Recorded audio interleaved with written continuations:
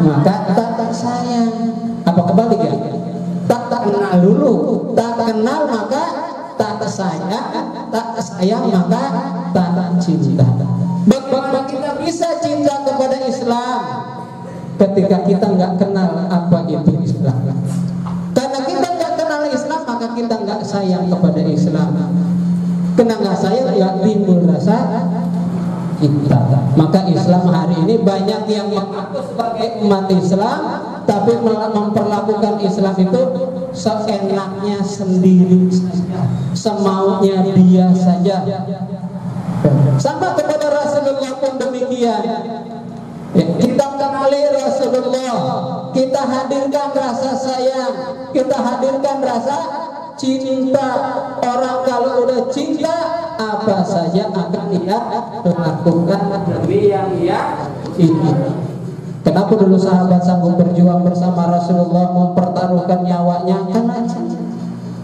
Kenapa banyak para mujahid yang memperjuangkan Islam, rela meninggalkan keluarga, harta bendanya, dan siap melepaskan nyawa dari cinta. Dan cinta itu hadir ketika sudah tahu, kenal, mengerti, dan paham. Maka saya titip anak-anak kalian sudah tidak punya ayah, tapi bukan berarti kalian tidak punya pengetahuan tentang Islam. Banyak cara untuk kita bisa belajar memahami tentang Islam. Bisa lewat majelis taklim, bisa lewat yayasan yang alhamdulillah bisa memberikan santunan kepada kalian. Jadi santunan yang paling utama itu bukan hanya hadir di satu tempat kemudian dapat uang, dapat bingkisan pulang. Uangnya habis begitu saja, nanti nunggu kapan ada santunan lagi. Bukan itu. Tapi santunan yang sesungguhnya adalah bagaimana bisa menghadirkan ilmu-ilmu tentang agama kita, tentang bagaimana kita beribadah kepada Allah, tentang mempersiapkan masa depan kehidupan kita nanti. Itu yang harusnya senantiasa dicari. Dan para penyanyi itu juga harusnya memang mempunyai pola, bukan memberikan dalam bentuk santunan uang saja, tapi memperhatikan betul kebutuhan pendidikan agama. Karena itu yang paling utama. Ketika kita tidak mengerti tentang agama kita, kita banyak salah melakukan ibadah-ibadah, bahkan banyak meninggalkan ibadah-ibadah yang telah disyariatkan dalam agama kita. Kalau kita ingin kehidupan masa depan kita lebih baik, buat ibu-ibunya juga, kalau memang kita ingin masa depan kita baik, maka persiapkan dari sekarang. Bukan nanti persiapannya, sekarang. Ya, pelajari tentang Islam, pelajari tentang iman, pelajari tentang ibadah yang akan menghantarkan kita melaksanakan apa yang Allah syariatkan secara baik dan benar. Maka di awal tadi, ittaqillah, bertakwalah kepada Allah. Untuk menghadirkan takwa kepada Allah itu adalah taat kepadanya, banyak melaksanakan amal-amal saleh, hindari segala bentuk kemaksiatan, insya Allah bisa menjadi orang yang bertakwa. Dan Pak mohon kepada Allah Subhanahu wa Ta'ala agar anak-anak yatim yang hadir di majelis yang mulia ini besoknya akan menjadi anak-anak yang saleh dan salehah, yang berguna bagi dirinya, keluarganya, agamanya, bangsa dan negaranya, dan akan mendapatkan nikmat terindah di surganya Allah Subhanahu wa Ta'ala. Amin ya rabbal alamin.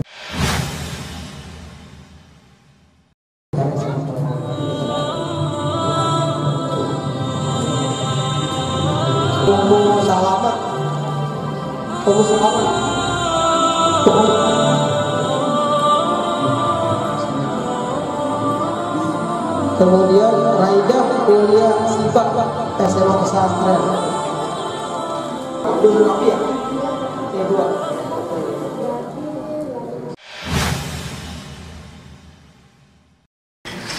Bismillahirrahmanirrahim. Assalamualaikum warahmatullahi wabarakatuh. Hamdan syukran lillah, salatan wa salaman da'iman ala rasulillah wa ala alihi wa sahbihi wa mawalah. La haula wala quwata illa billah wa ba'd. Pada segenap kaum muslimin muslimat rahimani wa rahimakumullah. Saat ini kembali umat Islam khususnya di Indonesia dan seluruh belahan dunia mendapatkan ujian, cobaan dan fitnah. Yang marak hari ini terjadi adalah pelecehan dan penghinaan kepada baginda Rasulullah sallallahu alaihi wasallam dengan pernyataan-pernyataan dari politikus India yang sungguh menghina dan melecehkan Rasulullah sallallahu alaihi wasallam. Maka kewajiban bagi kita semua adalah membela beliau. Dengan cara apa? Dengan cara yang kita bisa, dengan cara yang kita mampu, mastata'tum, sekuat dan sekemampuan kita. Terutama adalah ini menunjukkan bahwa dengan kita membela beliau, bukti bahwa kita mencintai beliau. Oleh karena itu, jika tidak ada rasa ketersinggungan dalam hati kita, berarti kita perlu tanyakan sejauh mana cinta kita kepada Rasulullah sallallahu alaihi wasallam. Oleh karena itu wajib bagi kita untuk senantiasa menumbuhkan rasa cinta dan mahabbah kita kepada baginda Rasulullah sallallahu alaihi wasallam. Setiap ada penghinaan dan pelecehan kepada pribadi beliau dan risalah beliau, maka harus ada tumbuh rasa ketersinggungan kita dan rasa keinginan yang besar untuk membela dan memuliakan kembali nama beliau. Sehingganya dengan cara itulah salah satu bukti bahwa kita mencintai baginda Rasulullah sallallahu alaihi wasallam. Kemudian yang kedua, fenomena yang memang terjadi saat ini dalam keterkaitan dengan mendidik anak-anak, mobil khusus generasi muda yang memang beranjak dewasa, serangan yang telah dilakukan oleh musuh-musuh Islam untuk menghancurkan masa depan generasi muda adalah dengan cara-cara menghadirkan tontonan, konten yang senantiasa menjadi perhatian dan konsentrasi anak-anak kita, yang justru itu akhirnya menjadi sesuatu yang merasuki pikiran dan tingkah laku anak-anak kita. Oleh karena menghadapi persoalan itu, memang ini butuh kerjasama dari kita semua, terutama orang tua, dalam mengajarkan kepada anak-anaknya hal-hal yang bermanfaat yang boleh dilakukan dan hal-hal yang mudarat yang harus ditinggalkan. Media sosial adalah sarana bagi kita untuk menimba ilmu seluas-luasnya. Kita bisa mendapatkan berbagai macam keilmuan dari sarana media sosial, tapi kita juga harus bisa memilah dan memilih mana yang benar-benar bisa menjadi ilmu yang bermanfaat bagi kita dan justru akan menjadi mudarat bagi masa depan anak-anak kita. Dan terlebih adalah Rasulullah sallallahu alaihi wasallam sudah menyatakan, subhanal yaum rijalul ghad, pemuda hari ini akan menjadi pemimpin di masa yang akan datang. Maka wajib bagi kita semua untuk bagaimana mendidik anak-anak kita sejak dini. Yang pertama, pemahaman terhadap perkara tauhid, perkara prinsip yang tidak boleh diabaikan untuk menjadi pendidikan dasar bagi anak-anak kita. Yang kedua, hadirnya rasa cinta kepada agama kita sehingga menghasilkan empati, perhatian, konsentrasi dan juga keinginan untuk membela agama kita dari segala bentuk hal-hal yang bisa menistakan, melecehkan, apalagi menghancurkan generasi muda kita. Orang tua wajib membimbing anak-anaknya dan memberikan batasan-batasan dalam memanfaatkan ruang-ruang media sosial sehingga bisa memberikan batasan mana yang boleh, mana yang tidak boleh, mana yang justru nantinya akan menjadi mudarat. Sebisa mungkin orang tua punya kewajiban untuk mencegahnya. Anak tersinggung ketika keinginannya nanti dibatasi, itu pasti, tapi disitulah ujian bagi orang tua ketika dia tidak memiliki seorang ayah. Terutama di sini memang kita berada di kalangan anak-anak yatim. Itu menjadi perhatian bagi kita semua yang berada di sekitar. Bagaimana memperhatikan anak yatim itu bukan hanya memberikan santunan sepintas kepada mereka, tapi memperhatikan bagaimana pergaulan mereka, bagaimana pendidikan mereka, sehingga kita bisa meminimalisir potensi rusaknya generasi muda kita ke depannya. Jadi sekaligus juga pada acara santunan dan doa bersama yatim Yayasan Ar-Risalah ini kami menghimbau, acara ini merupakan satu acara yang mulia yang memberikan rasa bahagia kepada anak-anak yatim kita, yang insya Allah itu mendapatkan keberkahan dan rahmat dari Allah Subhanahu wa Ta'ala.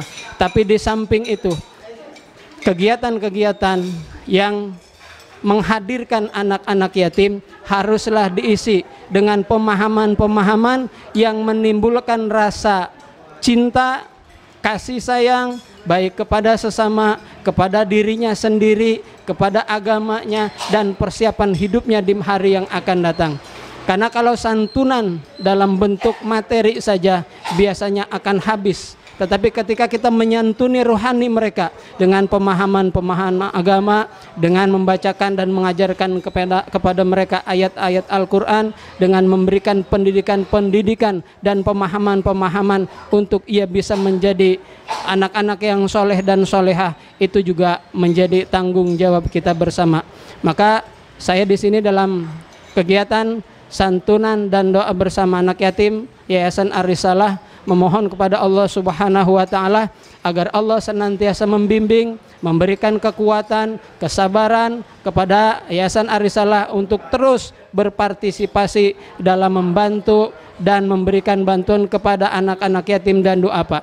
Dan semoga mereka menjadi anak-anak yang soleh dan solehah, dan sekaligus juga kita mempersiapkan anak-anak kita menjadi pemimpin-pemimpin masa datang, pemimpin-pemimpin yang amanah, yang jujur dan adil, yang bisa menghantarkan negara kita menjadi negara yang baldatun thayyibatun wa rabbun ghafur. Maka dalam hal ini juga kami sampaikan kepada seluruh donatur yang memberikan bantuannya, jazakumullahu khairan katsira. Jangan pernah berhenti untuk berbuat baik, jangan pernah lelah untuk berbuat baik, teruslah bekerja memberikan kontribusi terbaik dalam Islam. Semoga Allah menempatkan kita semua dalam barisan orang-orang yang mendapatkan rahmat, hidayah dan maghfirahnya, dan bisa dikumpulkan oleh Allah Subhanahu wa taala dalam surganya nanti. Demikian Al-Fakir mengucapkan, lebih kurangnya mohon maaf. Assalamualaikum warahmatullahi wabarakatuh. Assalamualaikum warahmatullahi wabarakatuh. Alhamdulillah, acara santunan dan doa bersama Yayasan Ar-Risalah bersama yatim telah berjalan dengan baik. Alhamdulillah dihadiri oleh anak-anak yatim yang biasa kita santunin setiap bulannya. Mudah-mudahan acara santunan dan doa bersama yatim ini selalu membawa keberkahan buat keluarga yatim dan buat kita semua. Dan saya sangat berterima kasih kepada donatur, para Bazma Pertamina dan donatur-donatur lain yang telah berpartisipasi dalam rangka untuk meringankan beban para anak-anak yatim yang ada di Yayasan Ar-Risalah. Saya akhirin, wabillahi taufiq hidayah. Assalamualaikum warahmatullahi wabarakatuh.